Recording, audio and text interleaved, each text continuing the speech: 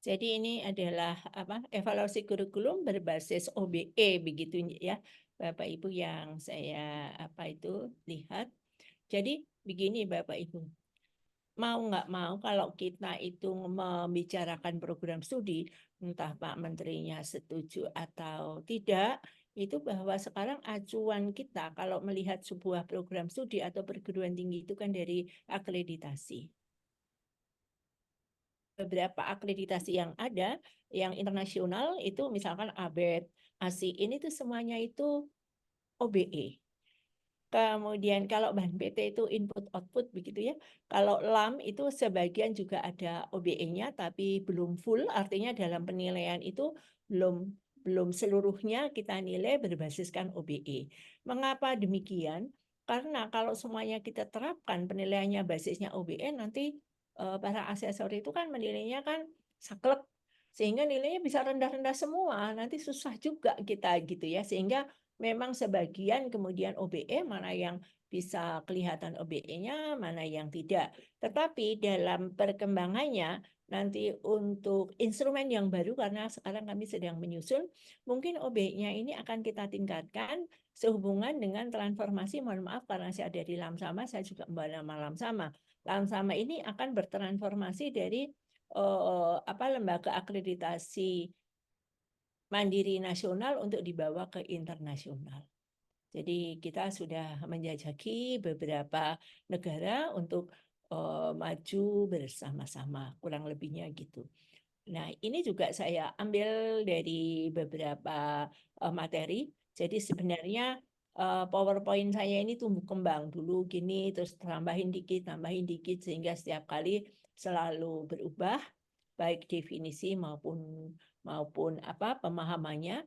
Saya yakin Bapak Ibu ketika menyusun kurikulum itu sudah mempelajari OBE. Itu saya baca dari pendahuluan, dari apa. Oh, ini sudah sangat sangat clear tentang OBE di bagian awalnya, kurang lebihnya begitu.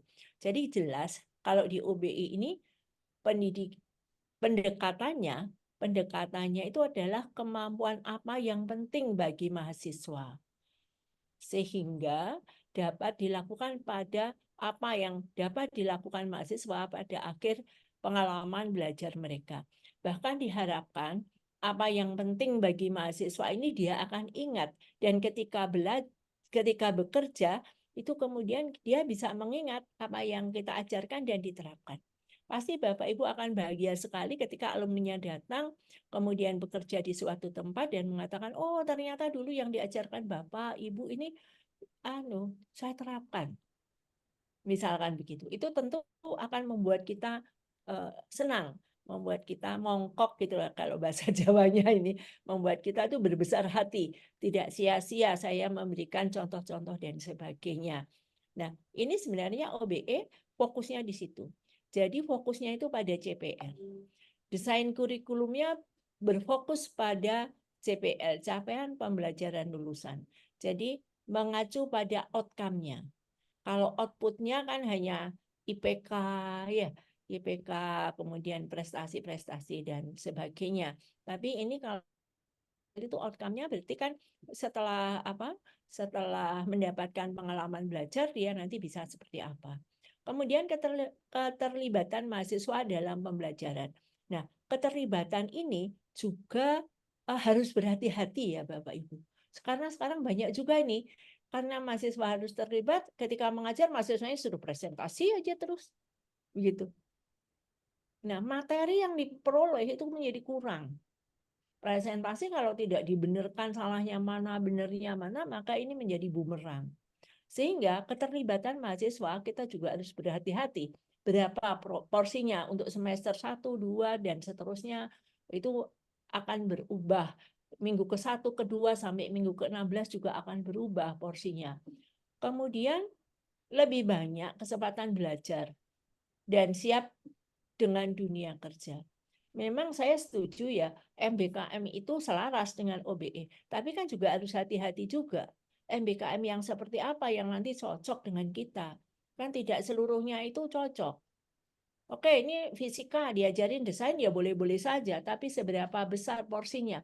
Kalau 20 SKS kayaknya ya kebanyakan misalkan begitu.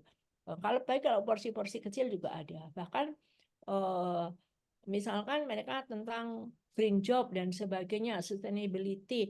Nah, ini mereka juga perlu, tetapi perlunya itu seberapa besar dan bagaimana mengaitkan dengan mata kuliah kita. Saya lihat di kurikulumnya USK itu juga ada SDGs-nya begitu. Tapi kecocokannya seperti apa, implementasinya seperti apa, nanti kita lihat. Kemudian menggunakan proses konstruktif, yaitu membangun pemahaman melalui kegiatan belajar. Ini juga sangat berat menurut saya. Jadi bagaimana ya cara kita sebagai dosen itu supaya apa yang kita berikan itu melekat di mahasiswa. Saya lama ngajar fisika matematika juga sering pusing juga. Mereka itu ngingetnya gimana ya supaya tetap ingat terus. Supaya nanti kalau kerja itu ini gitu. Bahkan untuk transformasi integral saya sering mengatakan begini, kalian itu jangan lihat dulu integralnya, tetapi coba lihat ini sebagai pola-pola integral misalkan begitu ya. Tujuannya adalah supaya nanti bisa mencarikan.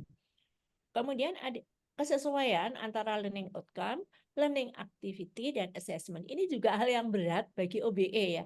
Gimana learning outcome-nya mau apa, atau CPL-nya mau seperti apa, aktivitas pembelajarannya gimana, assessment-nya gimana. Kadang-kadang ini nggak nyambung juga gitu kalau kita lihat gitu ya. Baru 2 aja sering nggak nyambung, apalagi ditambah assessment-nya. Saya selalu teringat dengan pertanyaan dari salah satu asesor ketika Aun. Gimana kamu memberi nilai, mengakses mahasiswamu ketika di sini ada kerja kelompok? Bagaimana caranya? Karena asesmen ke mahasiswa itu akan diingat terus-menerus. Nah, ini kita juga menjadi kemudian berpikir ulang ketika ingin memberikan asesmen ke mahasiswa begitu. Fokus dari OBE itu kan mahasiswa itu kan harus punya kemampuan atau dalam expected learning outcome itu seperti apa. Mohon maaf ini saya kok apa itu megang-megang komputer kemudian ini ya, kemudian berpindah. Sebentar. Jadi mahasiswa ini mempunyai kemampuan apa? Dan cara terbaik agar mahasiswa ini mempunyai kemampuan tadi. Nah, sebenarnya kita ini kalau sebagai dosen ya, kita kan bolehlah selalu ngambil positif kita sebagai dosen itu kan belajarnya terus-menerus. Cara mengajarnya pun selalu kita pikirkan supaya mahasiswa kita itu semakin baik, semakin menerima apa-apa yang sudah kita berikan, sehingga bagaimana quality improvement itu kita laksanakan.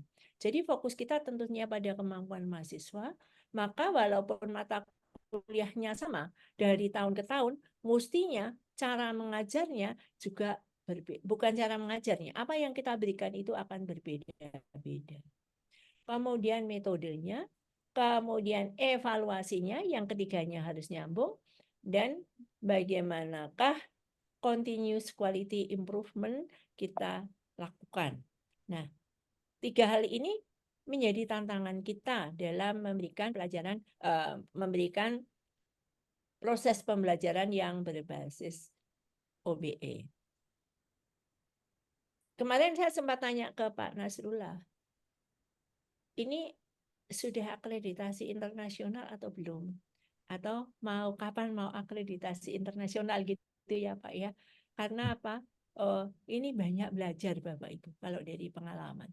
Kita nanti banyak belajar ketika menyusun OBE, melaksanakan itu akan berbeda ketika tanya jawab dibandingkan kalau kita secara teori gitu. Nah, proses OBE ini harus ada kesesuaian terstruktur antara 3 aktivitas tadi. Ini sebenarnya yang bolak-balik saya sampaikan, ini yang paling berat. Yang paling berat, yaitu learning outcome, kemudian teaching learning, kemudian atau learning activity, kemudian assessment. 3 hal ini sederhana, tetapi benar-benar membuat kita kelabakan tiap semester gitu. Kemudian kurikulum OBE ini kan merupakan kurikulum yang dirancang dengan mengutamakan prinsip apa yang didapat mahasiswa, apa yang dapat mahasiswa lakukan setelah mendapatkan pengalaman belajar.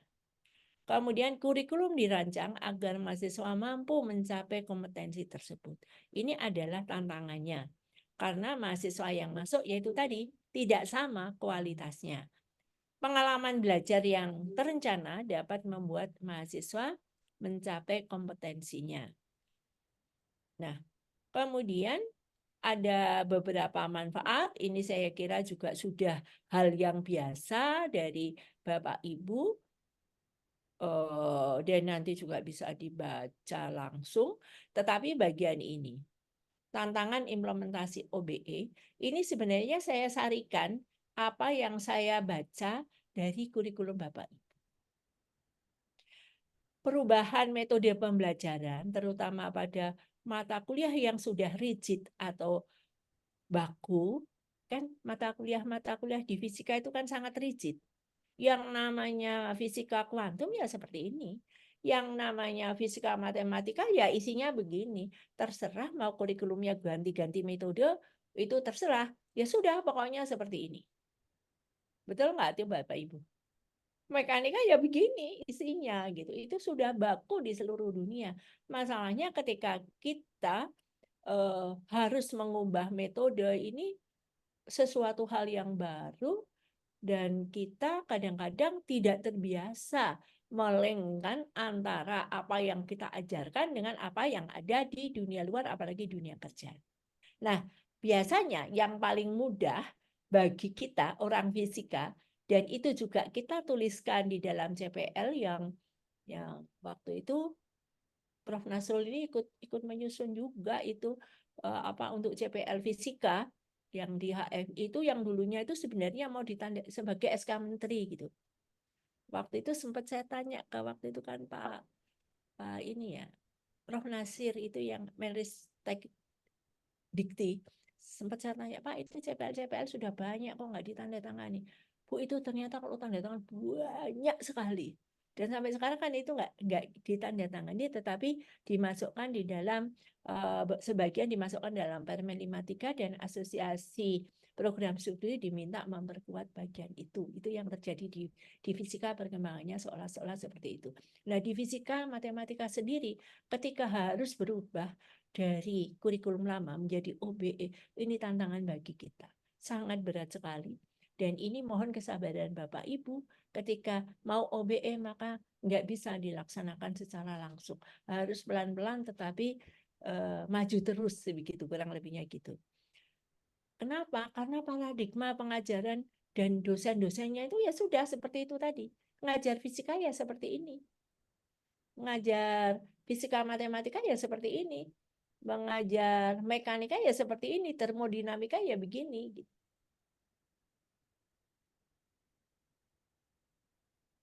Nah, beban mengajar dan waktu untuk persiapan perubahan metode itu biasanya sangat sedikit. Kita di Indonesia ini memang dosen itu tugasnya itu sangat banyak sekali ya Bapak Ibu. Apalagi kalau mendapatkan tugas tambahan, luar biasa banyaknya. Belum nanti kalau apa itu BKD, belum lagi kalau kenaikan pangkat, belum lagi kalau dan sebagainya, sangat banyak sekali. Kemudian tiap semester kita harus melihat perubahan-perubahan kurikulum. Apakah catatan tahun lalu itu kemudian dapat kita implementasikan? Berapa banyak kita harus dan sebagainya. Pemenuhan IKU perguruan tinggi kemudian didistribusikan kepada dosen-dosen sehingga kita itu apakah betul punya waktu untuk mempersiapkan perubahan metode mengajar. Terus terang, di fisika matematika itu, kalau dalam satu semester saya bisa mendapatkan contoh dua contoh untuk OBE, saya sudah merasa bersyukur. Kadang-kadang nol satu semester itu, nggak ada tambahan contohnya. Kemudian kurangnya kreativitas dari kita harus mengakui bahwa dosen-dosen juga seringkali kurang kreativitas ketika mengaitkan metode mengajar dengan OBE. Contoh-contoh itu sulit sekali. Apalagi kalau, mohon maaf, Bapak Ibu dosen yang seringkali tidak ke dunia nyata, ke industri dan sebagainya, akan lebih sulit untuk mendapatkan contoh-contoh. Karena berpersepsi. Nah, ini beberapa hal ini sempat saya lihat juga untuk di USK ini. Ini sebenarnya saya ambil dari apa yang saya lihat di USK. Kebetulan untuk USK ini saya sempat membaca dokumen-dokumen akreditasi yang disubmit gitu, walaupun itu karena suatu hal saya harus baca. Kemudian sekarang saya sedang membaca pendirian prodi baru, kalau nggak salah statistik apa ya, atau aktuaria gitu, sehingga juga sempat membaca beberapa dokumen dan saya membayangkan banyaknya tugas kepada para dosen. Nah, saya lihat di dokumen Bapak Ibu, sampai di sini, mungkin ini penyusun yang tingkat perguruan tinggi, itu sampai ke visi misi, ini bagus. Sudah OBE banget gitu ya. Begitu masuk di program education atau program studi, nah ini mulai agak goyah gitulah kira-kira begitu. Mulai agak goyahnya itu karena hal tadi yang saya sampaikan tadi. Ini mohon maaf sekali yang saya sampaikan tadi. Nah, sekarang untuk CPL-nya. CPL yang kita lakukan untuk OBE sebagian besar ini sudah lumayan baik untuk fisika ya. Hanya ada beberapa saja yang sebenarnya sulit untuk dicapai, baik oleh mahasiswa maupun dosen yang mengantarkannya. Kenapa? Karena saya lihat untuk visi misi universitas, visi misi fakultas, program studi ya sudah oke. Kemudian program PEO-nya ya, program education objektif, jadi objektifnya juga sudah banyak dimunculkan di situ. Nah, kemudian standar akreditasinya kalau kita kan mengacu pada SNDikti. Jadi SNDikti-nya juga sudah dipenuhi. Sehingga kalau menurut Permen 53, memenuhi SNDikti itu berarti dapat terakreditasi. Untuk standar LAM-nya ini belum dikeluarkan untuk yang baru, sehingga apa yang ada ini kurang lebihnya sebenarnya kalau semua diikuti itu sudah bisa masuk. Yang belum ini Pak, saya kok belum menemukan standar pendidik perguruan tingginya ya. Kan biasanya kan ya ada beberapa sudah diungkapkan di situ, tetapi tidak dinyatakan secara tegas. Jadi maksud saya gini, kalau di standar SNDikti, standar Nasional Pendidikan Tinggi, itu sudah ada standarnya kan, yang kita sudah tahu. Mestinya kan ada 3 standar nih, standar yang SNDikti, standar dari perguruan tinggi. Diharapkan standar perguruan tingginya itu kan melampaui SNDikti dan standar dari LAM atau BANPT untuk standar unggulnya. Yang LAM itu memang belum dikeluarkan untuk sesuai Permen 53, tapi saya sebenarnya juga ingin melihat standar dikti untuk yang berasal dari perguruan tingginya. Nanti bisa dibandingkan apakah standar yang ditentukan di perguruan tinggi ini nanti akan sama atau melampaui standar LAM yang berlaku. Nah, kalau di USK ini kan LAM yang terlibat semua LAM saya kira, sehingga nanti standar pendidikan tinggi khusus untuk USK itu bisa dibandingkan dengan standar dari LAM yang ada, mungkin harus diringkas dan sebagainya, sehingga itu menjadi acuan. Ini biasanya yang apa itu yang menyusun dan kemudian mengecek itu dari SPMI, dari SPMI-nya mengecek apakah setiap program studi nanti sesuai dengan standarnya USK di dalam kualitas dan sebagainya. Saya memang lihat untuk kurikulum, format dan sebagainya itu sudah sesuai dengan apa yang ada di USK walaupun semuanya belum diisi.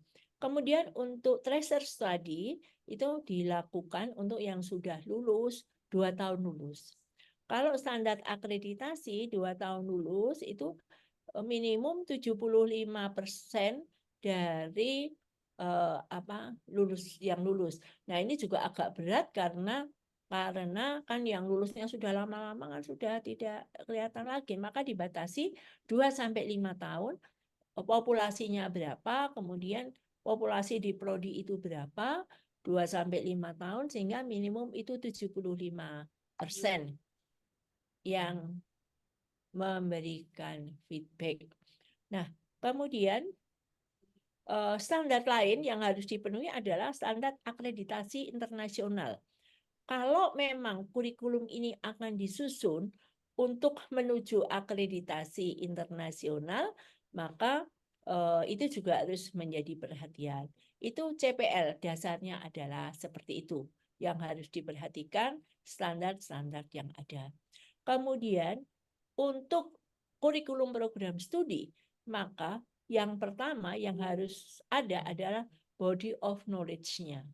Body of knowledge dari program studi itu. Apakah kalau fisikanya, fisika yang utama saya yakin itu masuk. Tetapi bidang-bidang di fisika ini kan sekarang perkembangannya sangat banyak. Kalau dulu kan hanya fisika bumi, fisika material, instrumentasi, teori, mungkin ada satu lagi apa gitu. Sekarang ada berbagai macam untuk bidang keilmuan karena penciri program studi kemudian menjadi keutamaan ketika sebuah program studi akan didirikan. Nah, selain body of knowledge tadi, peta kurikulum juga ada, saya lihat juga sudah ada. Kemudian struktur mata kuliah dan irisan mata kuliah, di sini harus juga ada penjelasan. Misalkan saja, kalau energi terbarukan di fisika, itu biasanya yang pasti ada itu sensorial, gitu misalkan. Energi terbarukannya ada bagian itu. Kalau kemudian di mata kuliah misalkan zat padat atau fisika modern, atau bahkan di elektronika apapun dimanapun bungkus mata kuliahnya biasanya ada pengetahuan tentang semikonduktor. Nah, sekarang irisannya seperti apa itu juga harus jelas. Misalkan saja mata kuliah yang ada di fisika yang sering hilang itu adalah fisika fluida atau mekanika fluida. Nah, mekanika fluida itu kemudian dikaitkan juga dengan apakah energi, apakah mata kuliah bidang yang lain, geofisika misalkan gitu. Kemudian ada yang lain lagi, di fisika matematika dengan instrumentasi. Gimana ini mengaitkannya? Karena di instrumentasi sekarang juga banyak komputasi, bidang-bidang komputasi yang dapat digunakan untuk memberikan inputan pada instrumentasi gitu ya. Nah, ini gimana hubungannya? Nah, struktur mata kuliah dan CPMK ini kemudian menjadi penting untuk kita lihat bersama-sama. Tentu saja yang tidak kalah penting adalah asesmen dan evaluasi. Jadi bisa dikatakan kalau ini keluarnya dosen-dosen senior ITS, sekarang ini untuk jadi dosen, untuk memberikan kuliah itu kok ribet ya.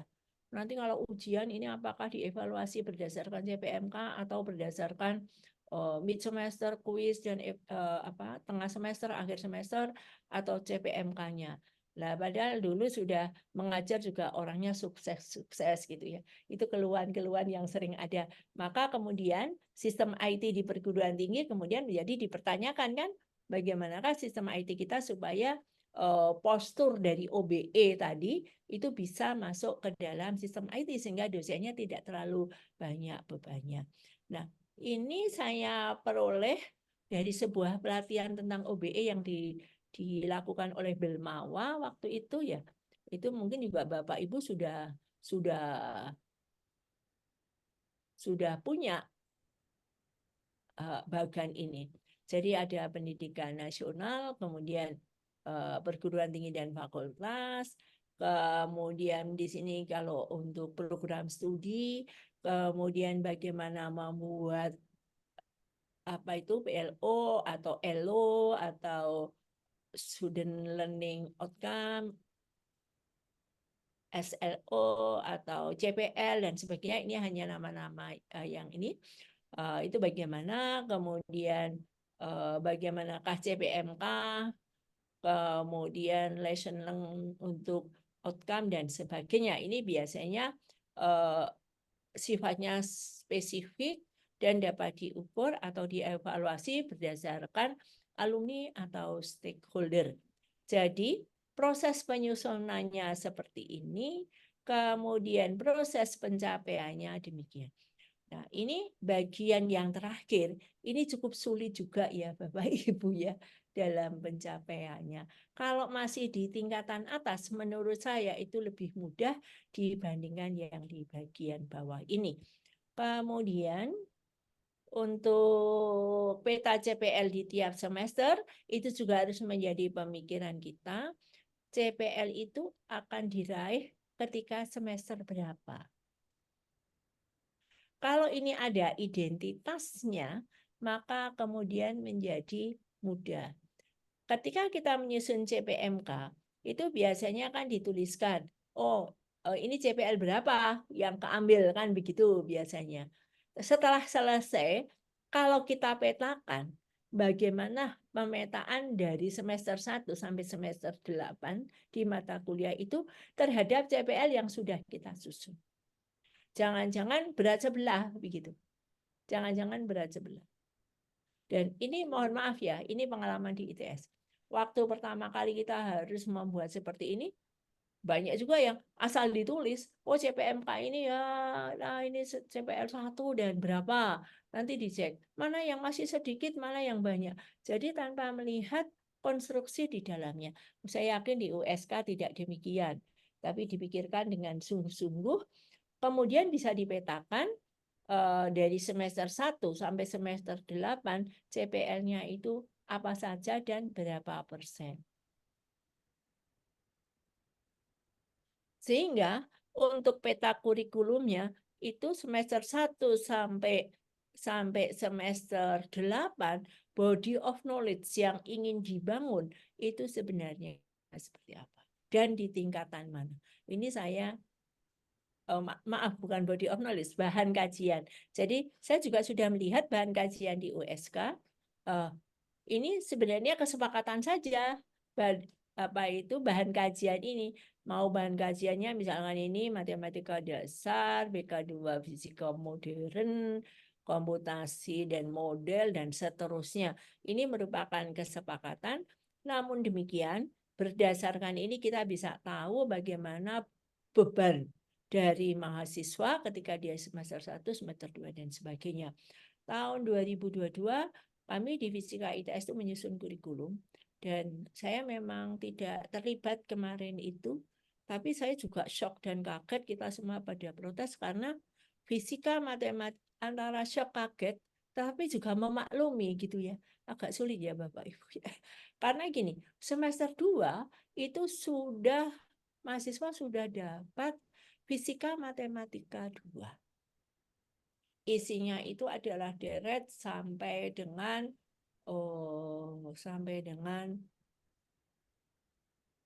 diferensial parsial, kemudian sampai juga deret Fourier sudah dapat. Dan kemarin itu ada materi transformasi Laplace, tapi kemudian kami sama-sama sepakat itu dicoret dan dimasukkan di semester 3. Bapak Ibu bisa bayangkan semester 2 mendapatkan fisika matematika dengan materi yang sedemikian banyak, sementara mereka juga masih galau mau tetap di fisika apa tidak. Persoalannya adalah ketika ini diberikan di semester 3 seringkali terlambat. Mata kuliah lain sudah memerlukan materi fisika matematika tersebut. Nah, ini kemudian menjadi bahan pertimbangan. Kami masih menguji coba untuk semester 2. Saya lihat di USK tidak demikian, sudah seperti biasa. Tapi pertanyaan saya, apakah nanti di fisika kuantum itu atau mekanika kuantum itu sudah sesuai? Matematikanya kadang-kadang belum nyampe soalnya. Sehingga kalau saya bahasakan, fisika matematika itu bahasanya orang fisika. Kalau bahasanya nggak paham, maka di fisikanya juga nggak akan paham. Bahasanya aja nggak ngerti. Masalahnya kuliah bahasanya ini terlambat. Itu yang pertama. Yang kedua tentang tugas akhir. Tugas akhir itu kita juga harus berhati-hati ya Bapak Ibu ya. Ada peraturan perundangan yang mengatur tentang tugas akhir gitu. Nah, sehingga rencana pembelajaran semester di UBE itu paling tidak ini sudah ada identitas rencana pembelajaran semester, deskripsi mata kuliah, CPL yang didukung, jadi mata kuliah itu seperti apa. Nah, yang sering tidak terjadi, deskripsi mata kuliah ini adalah statement atau pernyataan irisan dengan mata kuliah yang lain, dan mata kuliah apa yang akan didukung untuk materi yang ada di dalam perkuliahan ini.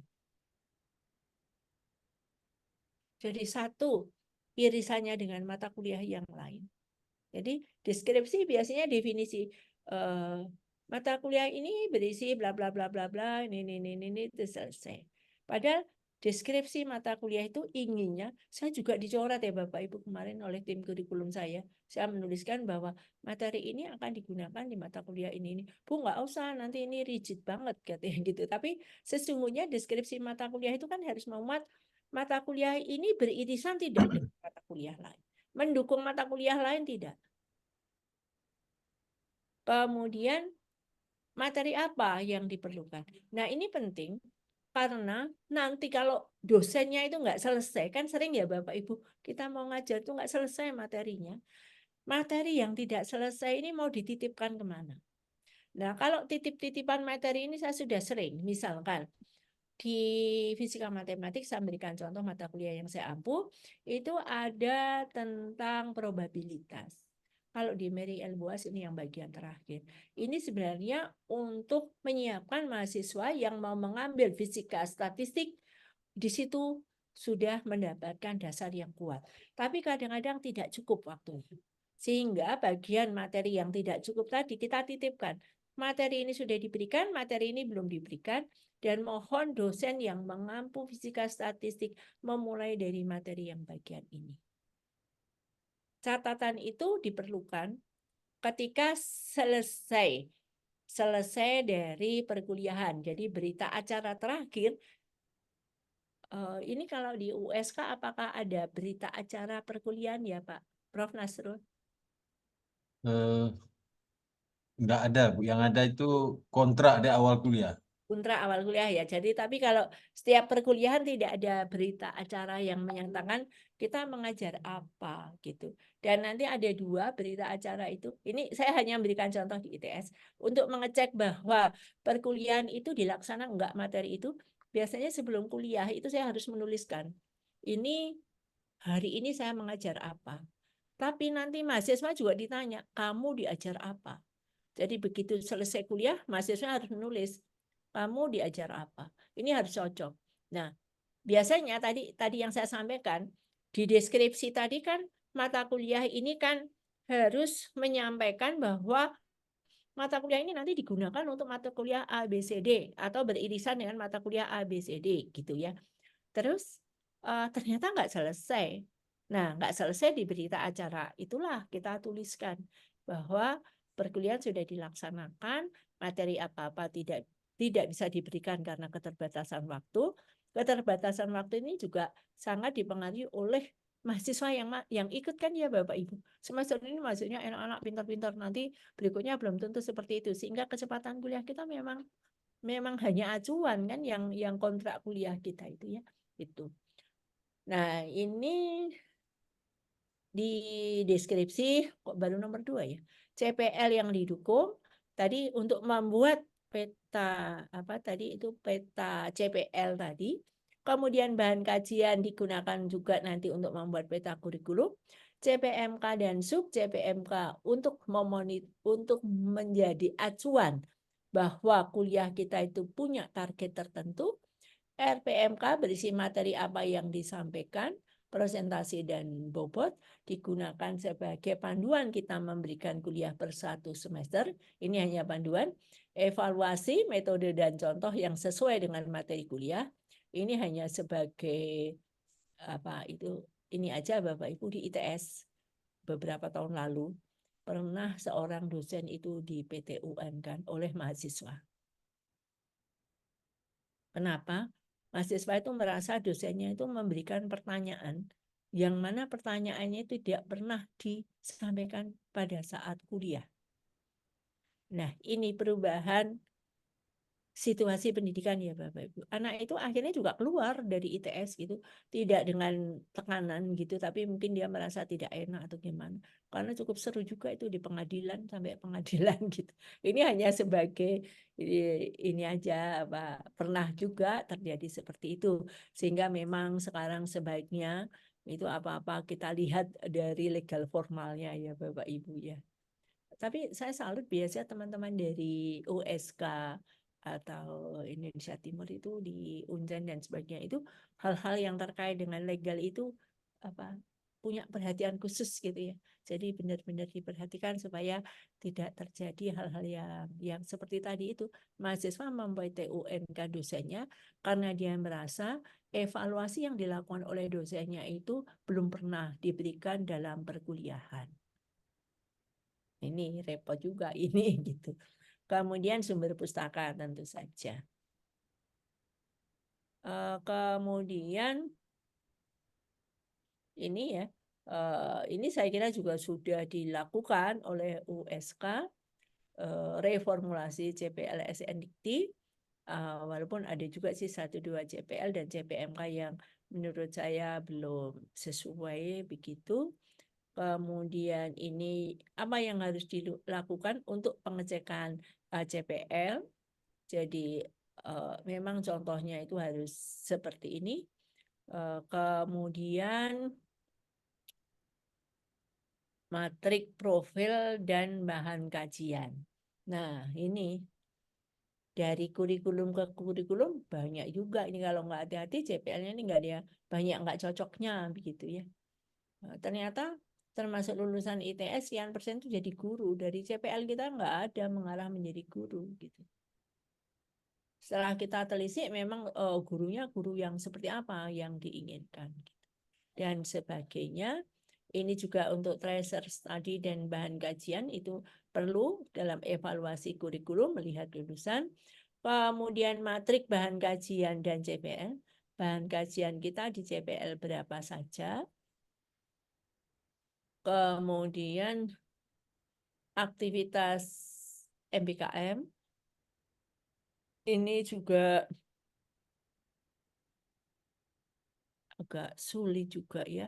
Tetapi ini kan tergantung dari kebijakan perguruan tinggi masing-masing. Saya kira mana yang boleh, mana yang tidak. Yang jelas saya lihat yang USK lebih moderat gitu. Di ITS itu lebih strict mana yang boleh, mana yang tidak. Karena misalkan magang atau praktek kerja. Ini benar-benar dilihat yang dilakukan apa dan kemudian konversinya apa dan tidak otomatis mendapatkan nilai maksimum karena setiap mahasiswa yang melakukan magang kerja itu dites lagi atau ada ujian lagi dari dosennya. Jadi memenuhi CPL tidak karena kalau tidak begini pemenuhan CPL-nya kita kelabakan juga gitu kalau semuanya boleh. Jadi tidak seluruhnya itu boleh dilaksanakan untuk MBKM.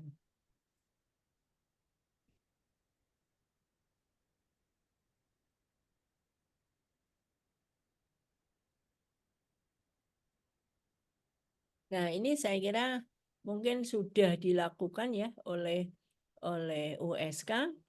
Jadi perumusan CPL, jadi penetapan dari profil lulusan dan penetapan kemampuan profil lulusan.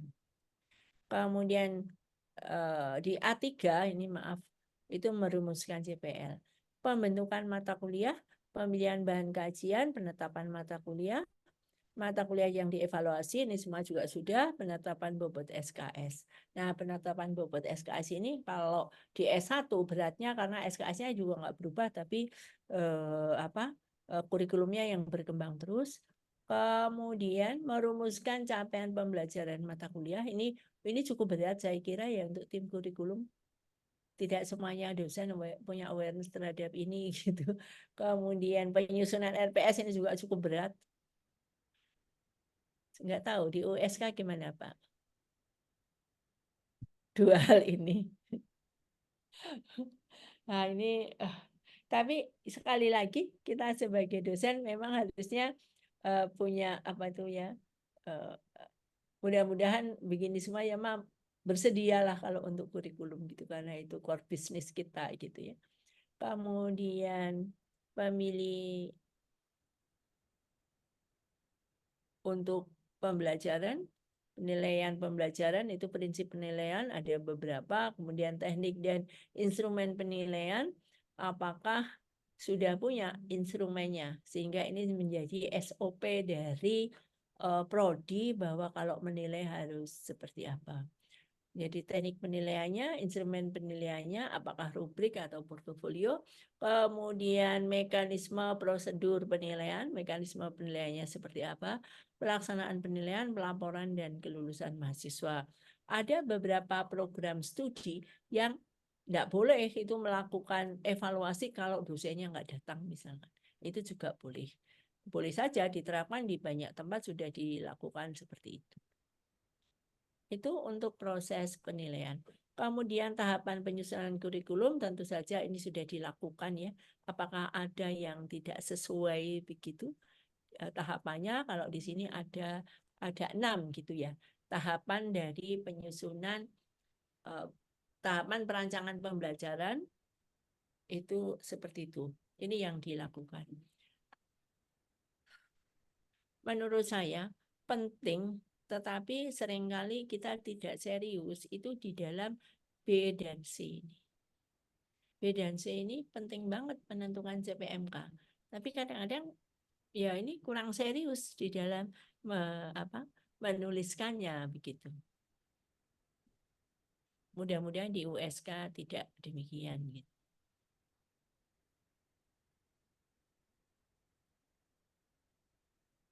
Ini untuk MBKM. Saya lewati ya Bapak Ibu, kecuali nanti ada. Ini untuk desain pembelajaran. Ini saya juga mengambil dari suatu ini ya. Kemudian kalau ini di mana ya? Kok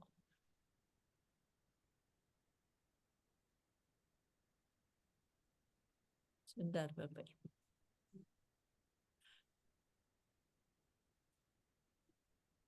Nah, metode pembelajaran pemecahan kasus atau case method atau pembelajaran kelompok berbasis proyek.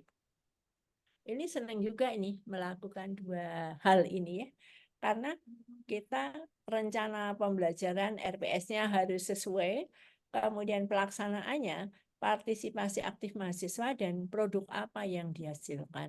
Atau bisa saja kita menggunakan case study itu karena beberapa riset atau proyek yang kita peroleh yang sesuai dengan mata kuliah yang akan disasar. Kemudian ada asesmen dan evaluasi. 3 hal ini nanti untuk OBE-nya biasanya itu ditanyakan itu kalau akreditasi internasional itu baik ASIIN maupun yang lain itu ternyata hal ini di pusing juga kalau ditanya itu masalahnya nggak tahu gitu. Nah, kemudian proses pembelajaran ini untuk apa itu bentuk pembelajarannya ada kuliah, responsi dan tutorial, ada seminar, praktikum, praktik studio, dan seterusnya. Kemudian ada penelitian, perancangan atau pengembangan. Ini bahkan ada yang pelatihan militer dan seterusnya. Ya, ini tadi ya metode-metodenya seperti itu. Nah, kemudian untuk metode yang ada, jadi bentuknya seperti ini. Metodenya ada diskusi kelompok, simulasi, studi kasus, pembelajaran kolaboratif, pembelajaran kooperatif, pembelajaran berbasis proyek, pembelajaran berbasis masalah, atau pembelajaran lain yang efektif. Dan yang terakhir adalah dengan MBKM. Nah, metode ini sebenarnya menurut saya itu kan cukup berat. Diskusi kelompok misalkan itu juga cukup berat karena pertanyaan dan pengarahannya itu berat bagi dosennya. Mungkin lebih mudah kalau kita membuat dengan studi kasus. Kemudian mahasiswa diminta untuk tahu tidak untuk studi kasus dan seperti itu. Nah, ini masih MBKM timeline-nya. Nah, ini sudah mau bagian akhir. Saya tips untuk tim kurikulum. Baik itu yang sudah selesai maupun yang belum. Tantangannya berat karena yang pertama, tim kurikulum ini harus melakukan sosialisasi tentang legal formal pembaruan kurikulum dan melakukan brainstorming dalam strategi pembahasan kurikulum. Banyak musuhnya biasanya kalau ketua tim kurikulum, karena dia harus mengikuti aturannya dari universitas, sementara belum tentu aturan itu bisa diterima oleh yang ada di prodi. Kemudian lakukan benchmarking dari minimum 5 perguruan tinggi dalam dan atau luar negeri. Benchmarkingnya kurikulum itu seperti apa?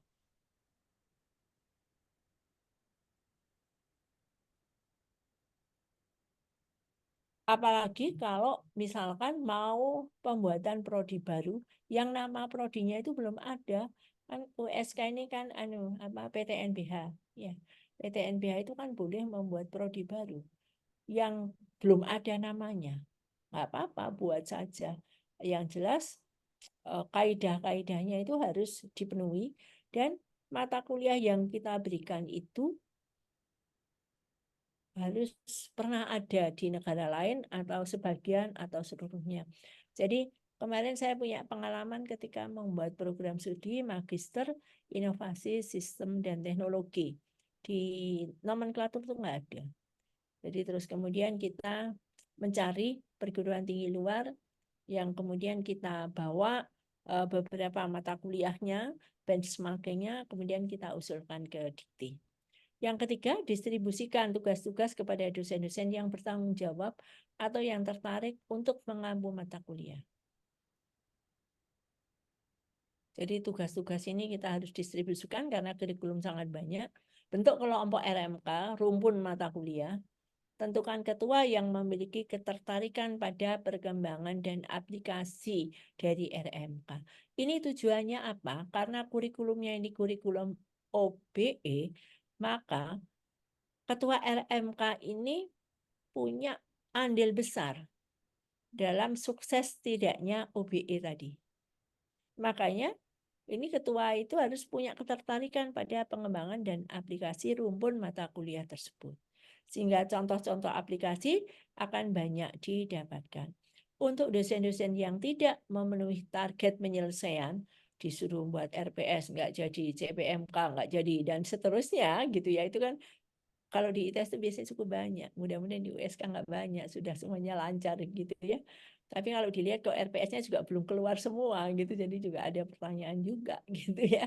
Maka ini diselesaikan aja oleh tim kurikulum. Memang tim kurikulum itu tim ya jihad kurikulum ini gitu.